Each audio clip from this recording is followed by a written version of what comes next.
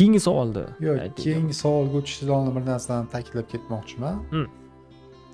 U depozitga farqi yo'q, boshqaga farqi yo'q deyish sal noto'g'ri tushunibsizmi mani? Hop, Biz oldin aytdikki, yo'qotishni boshqarish kerak.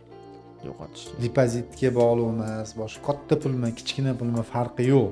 Hmm. Tushunasizmi? Siz yo'qotishni boshqarishni o'rgansangiz, endi qaysi yo'l bilan bo'lishidan qat'iy nazar. Shu bola chaqamni rizqi deb bilasizmi? Misol olganda qarzimni to'layman deb bilasizmi? Nima qilishingizdan qat'iy nazar, siz yo'qotishni boshqara olishligingiz sizni muvaffaqiyatingiz kaliti. Muvaffaqiyat kaliti. Bo'ldi.